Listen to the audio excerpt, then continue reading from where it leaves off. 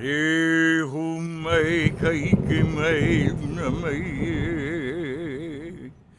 una mea una no e una mele e humai e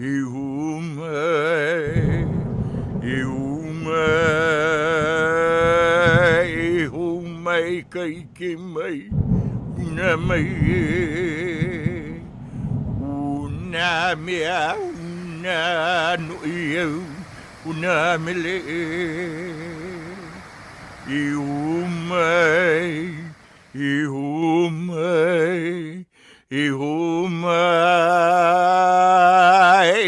umai kai ke mai una mai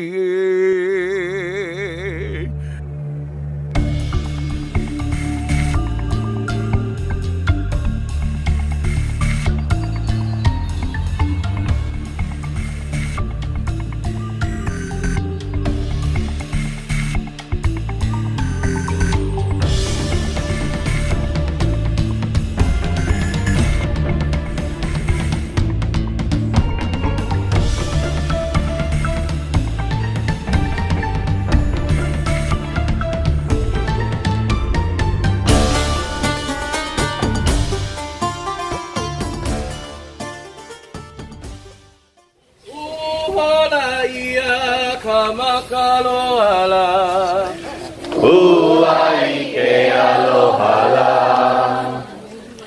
Hawai'i kahakalau la, Angei mai na lehua, mai koko kuia kahakalau ea, mahalo e na akua, mahalo kapuna la ea, mahalo me ke aloha la, mahalo me ke aloha la, mahalo. Welcome to Hawaii. Now I know what you're thinking. It must be paradise, especially being a teacher in paradise. And it is all that. Turquoise water, white sand beaches, great waves, and I love to surf. But there's more to it, and this is what I want to tell you about today. Aloha kako. My name is Avi Penhalo. That's me, right there. I'm a high school English language arts teacher at Kamaile Academy. It's a Hawaiian-focused charter school on Oahu in a town called Waianae on the west side of the island. And that's me discovering that there's still payphones on the island, which is something I hadn't seen in quite a while. Oh, and in case you were wondering, these students just graduated high school, and so they're covered in leis, only leis made of candy, money, inflatable inner tubes.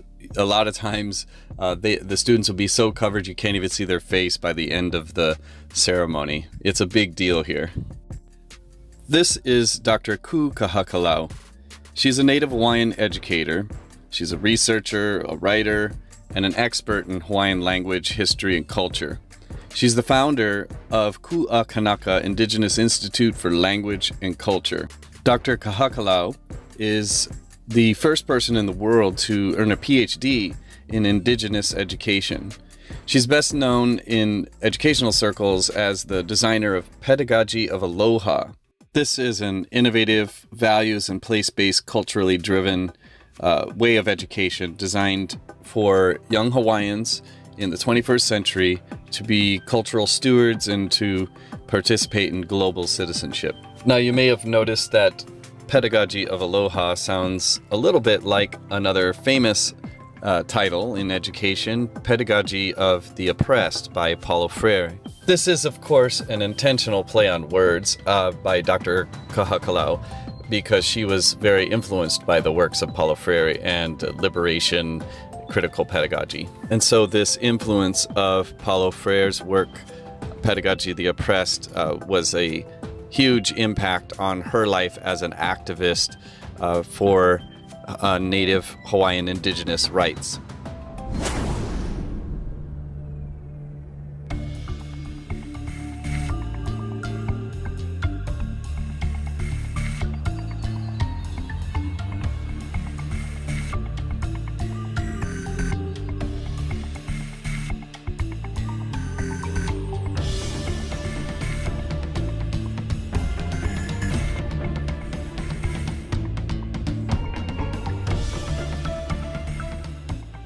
Now, if you grew up as I did in the mainland United States, in fact, I was originally from the Midwest in Beloit, Wisconsin, the only thing that I remember about Hawaii in school was a small little paragraph, and next to it was a photo of a young boy holding up a newspaper with a giant headline with one word, statehood, exclamation point.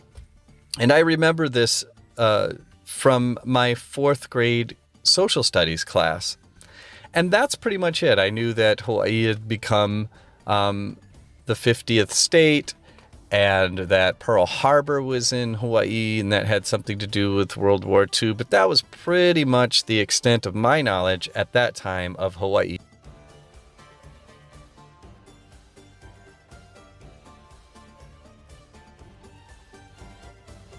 So restoring this knowledge of Hawaiian history and indigenous culture is one of the main components of Dr. Kahakalau's Pedagogy of Aloha.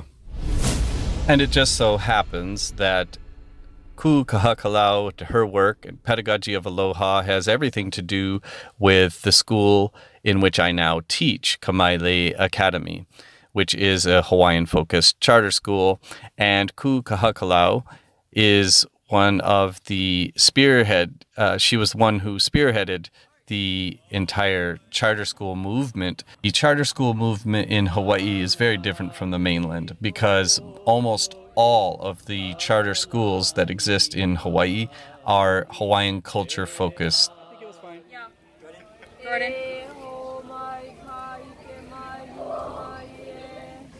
O na mea huna no eo o na mele e ho mai e ho mai e ho mai e Kuha'aheo. Kuhaheo, E kuhu Hawai'i. e kuhu Hawai'i, Mamakakaua. Mamakakaua, Kuaina. Kuhaina, o ke e hu ka kahiaka o na o iwi o Hawai'i no ku'ula hui e hahawi pau ai o la mau.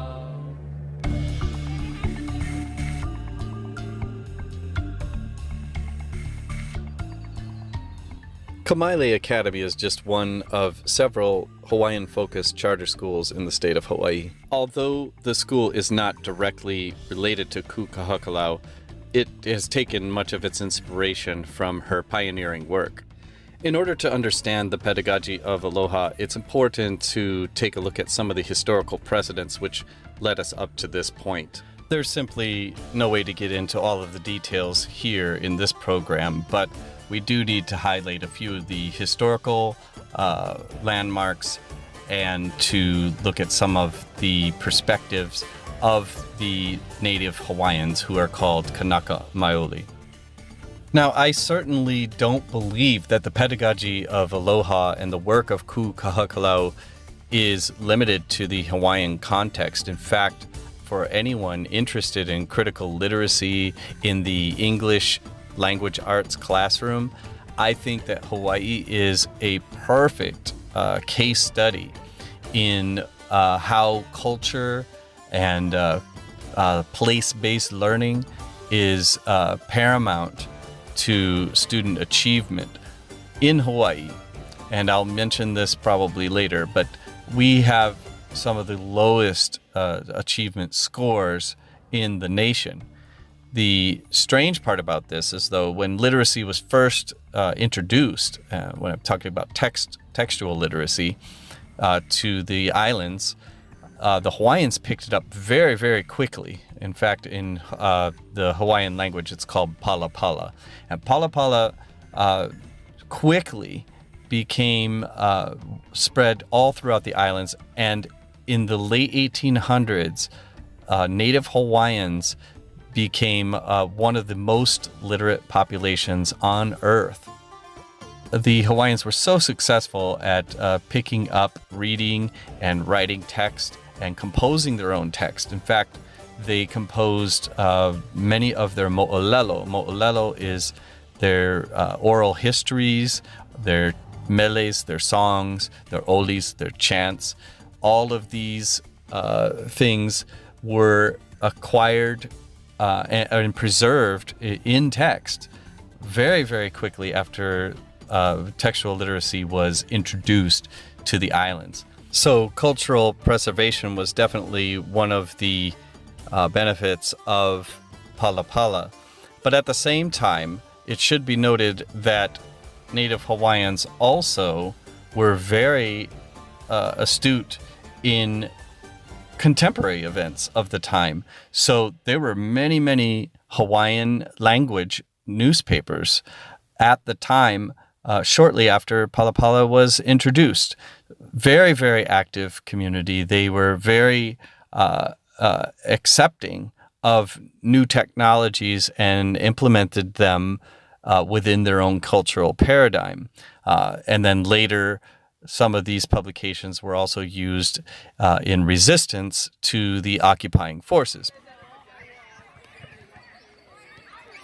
And so many Hawaiians now who are trying to revitalize their culture and lift themselves out of poverty, of, like I said, cultural genocide, they have to look to their past in order to understand this. And so one of the things that Kahakalau works tirelessly on is creating Hawaiian focus education that is fun and engaging and rigorous.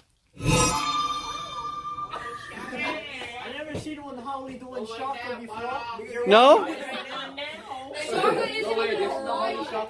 Wait, Selwyn, show yours.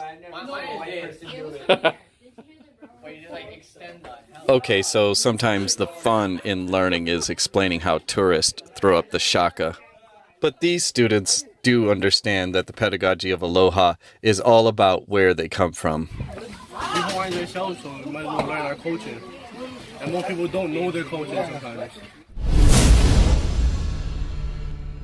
Of course, a key component to pedagogy of Aloha is learning about the history of Hawaii.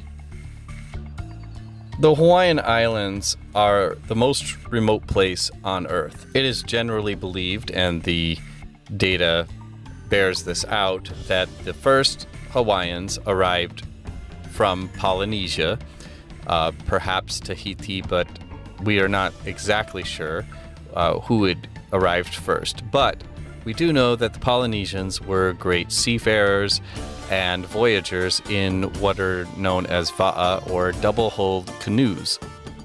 It is amazing to realize that these canoes filled with expert navigators were able to traverse thousands of miles to discover the Hawaiian Islands, which had been unpopulated up to that point. Of course, some Westerners wanted to question the skills and abilities of the Hawaiians when they arrived with Captain Cook in 1772 and found that the islands were populated. Since the 1970s, there has been something called the Hawaiian Renaissance, in which Hawaiians are rediscovering their ancient roots of seafaring, and they have reconstructed the va'a called the hokulea. The story of the hokulea itself is amazing and beautiful, but since that time, this ship has traveled all over the world and has returned recently in 2017, which was a very big deal here in Hawaii.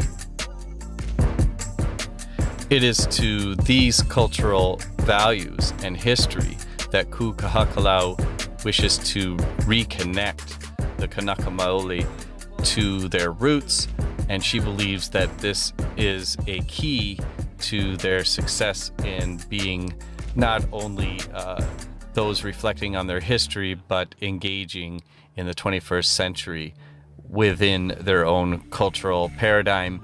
And as she describes it, and as I've named this program after, concentric circles working itself out from the local Aina land, from the local people, language, culture, into the larger concentric circles of the geopolitical reality of the global village we now live in. So this is not some isolationist, cultural silo that Kahakalau is propagating here.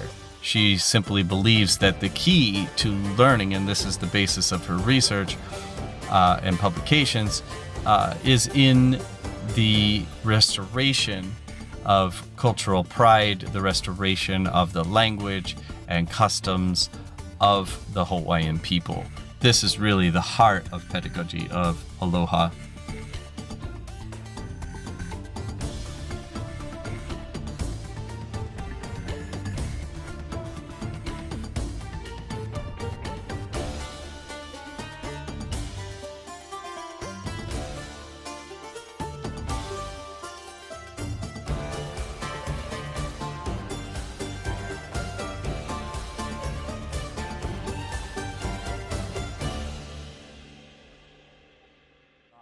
So this pedagogy of Aloha, it's really simple. Relations is the most important thing. Relevance is the next thing. It has to be relevant. It has to make sense. And then kuleana is the next part. Because if I'm going to give you the ike, then you have some kuleana. And then you don't have to worry about rigor, because that's going to happen automatic. So it's culturally driven, family-oriented, community-focused, and place-focused, the same as they had already talked about. And the part that we're working on, as I said, is the economically sustainable part. So what it is about, our values and our traditions are the guidelines for instruction. So we all aloha each other. The knowledge, the Hawaiian knowledge, is the foundation of the curriculum. So everything, whether it's PE, whether it's science, whether it's history, whether it's language arts, it all starts, in your case, in Waianae and moves outward. For our case, it starts in Waimea and it moves outward. Wherever you are, it starts in your place. That's the first thing you should learn about, and then you move outwards. And when it comes to assessment, we call it ho'ike. We've done it for thousands of years. We all know how it works. They came up with it yesterday, and they call it performance-based assessment to an authentic audience. Okay? But we already know it. We've done it. We know how it works. We asked the students, what is an educated 21st century Kanaka? And they said, well, somebody that can do both the Hawaiian and the Haole world, and Haole just meaning Western or not Hawaiian. And they have to know when to use which. So when they're with the kupuna, they have to know to keep their head down, to be courteous, to make sure kupuna has the food, it's cleaned up, you know how all of those things, they have to know all of this.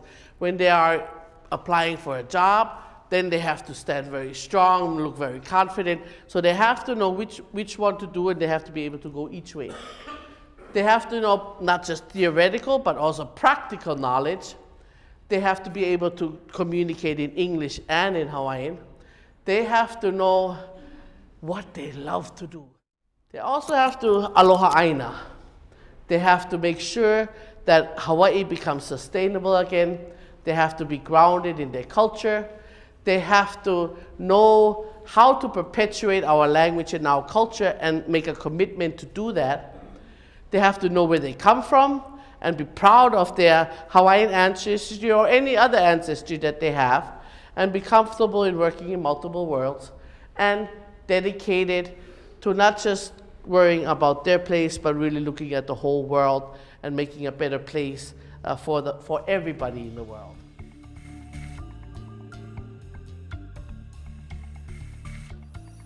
I'm grateful to Kahakalau for allowing me to use her material.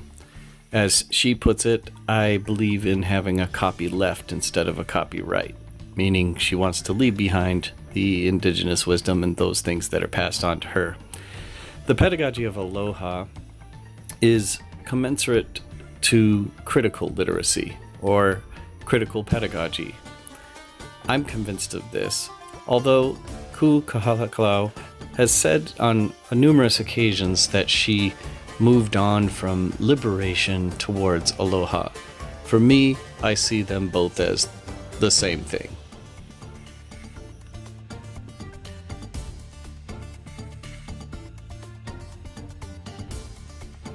So we are naming our garden Kahaku Ola. Haku in Hawaiian is to weave, and Ola has to do with health and well-being. So with all the different gardens within the larger garden, we can appreciate all the smaller gardens for our health.